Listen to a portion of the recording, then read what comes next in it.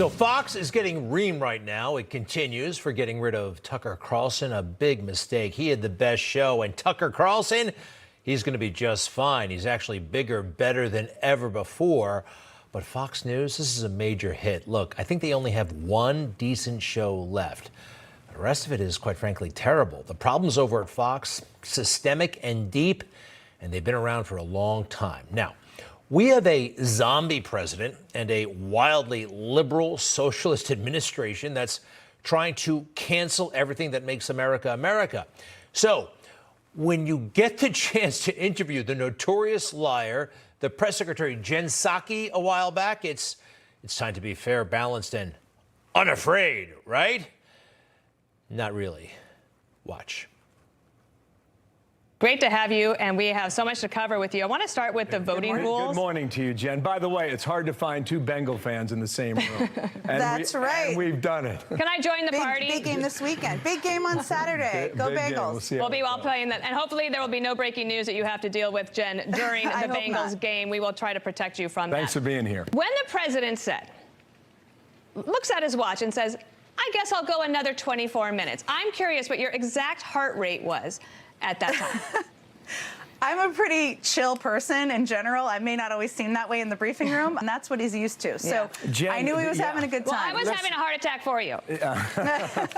Thank you for being here today. Please come back. We'll do it more often. Good luck to the Bengals, everyone. Yeah. Thank you. Thanks, Jen. A big wet kiss for the face of the most corrupt administration in American history. Wow. See how it's so clubby, how everybody likes each other. Everybody's facilitating, accommodating each other. This is their straight news program. Kind of feels like MSNBC. Very pro-administration. Oh, and certainly over there, you got to be a big, big cheerleader for Ukraine and the war. Oh, yes, indeed. Now, let's take a look, all right? I want everybody to be honest, okay, with themselves. I'm going to be honest, too. Try to find Ukraine on that map, all right? Come on, how many of us would be able to find Ukraine without a problem? There it is, okay? Yes, I knew that. Sure, I did. The country we have poured over $113 billion into with no end in sight. Now, Ukraine was invaded by Russia, and I wish that had not happened. I want Ukraine to win this thing. I also agree with most Americans that this would not be happening if President Trump were still in office. Putin seems to have been encouraged by our defeat in Afghanistan. And it would be one thing if we were paying for bullets and missiles. But what's up with this? It's going to allow pensions and social support to be paid to the Ukrainian people so they have something in their pocket. Yeah, our money in their pocket. What was this about? Bullets, Band-Aids, spending cash? Our open-ended commitment is staggeringly expensive. This conflict rages on, no end in sight. And just to put it in a little bit of context, I'm sorry, but haven't big countries been invading neighboring little countries since the invention of countries? Given the situation in America, this might be something of a luxury we can't afford right now. Fair enough. Hey, just raising the question. And Ukraine has been one of the most corrupt countries in the world historically. It's funny how opposition to the war in Ukraine, or even slight skepticism that this may not be the greatest idea in the world, or maybe even talk of a peace settlement, that's enough to get you branded a Putin sympathizer. Yeah, you're with Putin if you want this war to end. It's kind of happened to Tucker Carlson. It's one of the complaints, one of the beefs that management might have had with him and the rest of the swamp. Putin is banking on the fact that he's got Tucker Carlson cheering him on. Kremlin TV, that official state TV in Russia, is now worried that Carlson's over Putin bias, his sort of love for Putin, has gone too far. A vocal group of House Republicans follow the Tucker Carlson model, which is somehow that Vladimir Putin is a good guy here. Look, raising questions about the commitment, about our role there. It's no one's a friend of Putin, all right? We don't like the guy. We don't like war, all right? And Democrats and Republicans and corporate America all wrapping themselves in the flag of Ukraine? Anybody? Is this appropriate, oh, by the way, in the House of Representatives? I don't think so. But the message is get on board with Ukraine or else. Now, my knowledge of Ukraine is limited. I know it primarily as the home of an oil company that for some reason hired Hunter Biden at $100,000 a month for a no-show job. And raising questions about that actually got Donald Trump impeached. Raising questions about that arrangement with the head of the country got Donald Trump in trouble. The swamp, the media, they shamelessly played defense for all of this. Do you have a crime that you think Hunter Biden committed? Because I've yet to see anybody explain it is not a crime to make money off your last name. So, Chuck, you ought to read the Marco Polo report, where they detail all kinds of potential crimes. You know, Senator Grassley, let me just stop you there. Potential. Potential is innuendo. See how they go to work defending Hunter? And it just might be a crime. Influence peddling can be a crime in certain contexts. And by the way, just because it's not criminal doesn't mean it's not super, super sleazy, okay? And can I ask this about the Ukraine situation? Where are the peace protests? Wasn't that a thing in America for a while? You know, coming out and protesting war? I know someone who believes in peace, who's actually been talking about peace.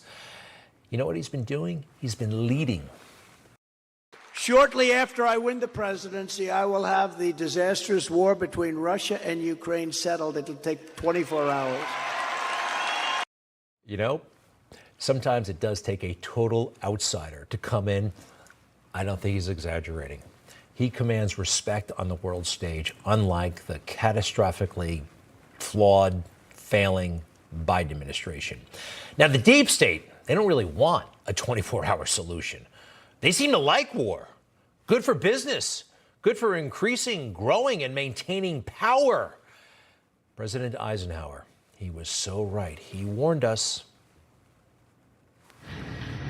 In the councils of government, we must guard against the acquisition of unwarranted influence, whether sought or unsought, by the military-industrial complex. The potential for the disastrous rise of misplaced power exists and will persist. We must never let the weight of this combination endanger our liberties or democratic processes.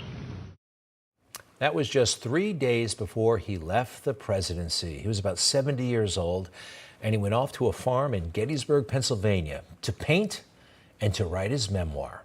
He died in 1969. I wonder what he would have made of Joe Biden. Now, there's no evidence of anything improper about Hunter's Ukraine arrangement, right?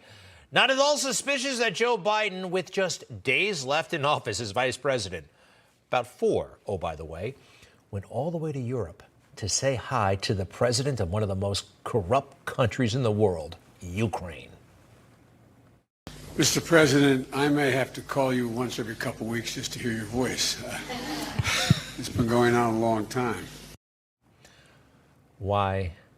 All the countries in the world, Ukraine, he's got 3 days left as vice president. Now, here's something, and I believe it's evidence of something very, very improper. And I'm not a lawyer, but it just might be outright criminal.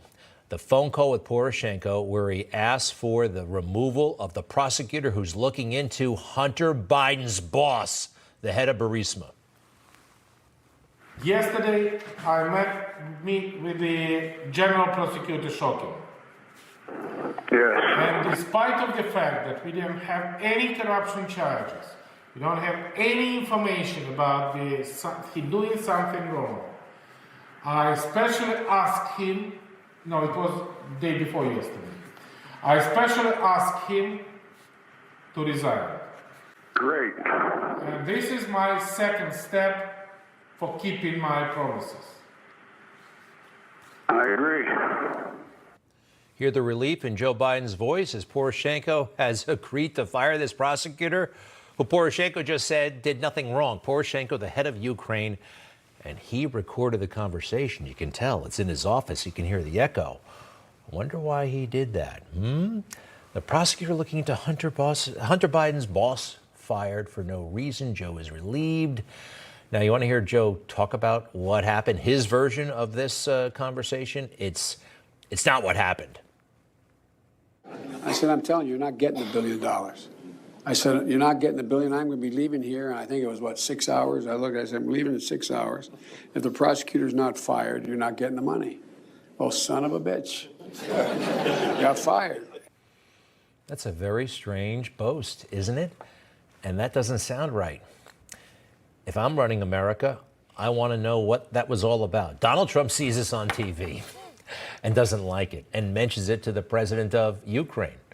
What's going on with that? What's going on over there with your country? Is this true? That's legitimate. And they impeached. It's crazy.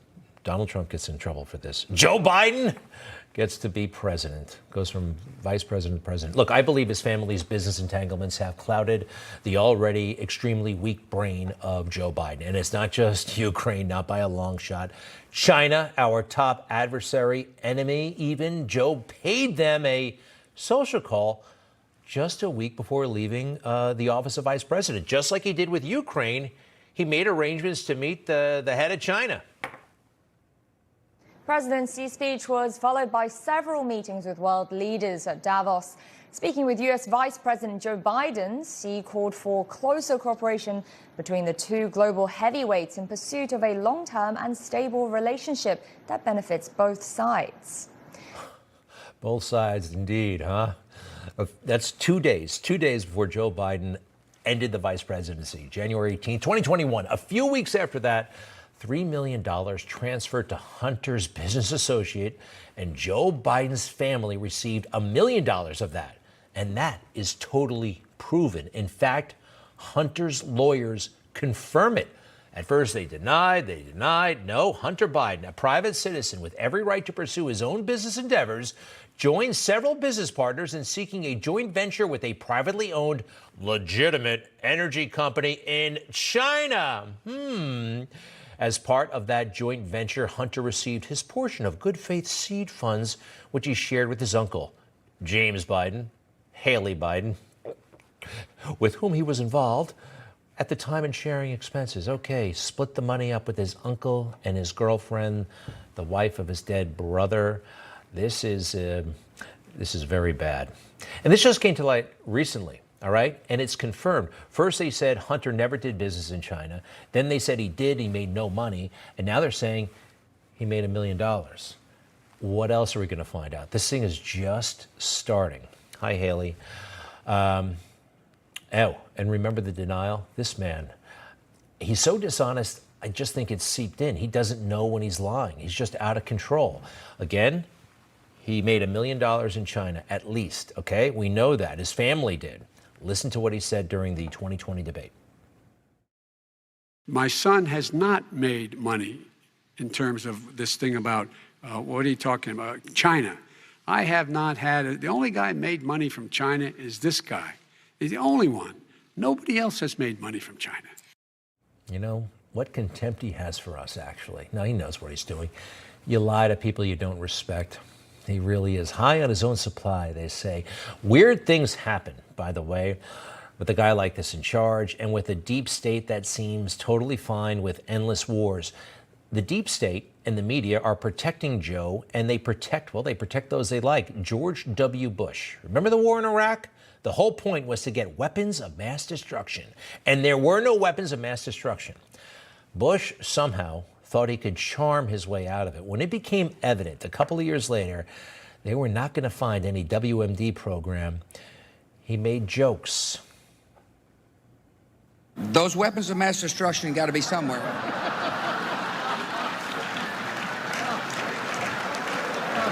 Nope, no weapons over there.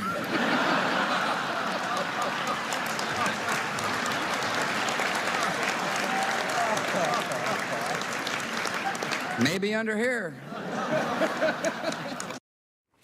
Thousands of Americans dead, hundreds of thousands of dead Iraqis, people maimed, disfigured forever, post-traumatic stress, and he's laughing about a war that never should have been fought. That's disgusting. And no one in public life called out the atrocity of Iraq until you know who came along. Obviously, the war in Iraq was a big, fat mistake, all right?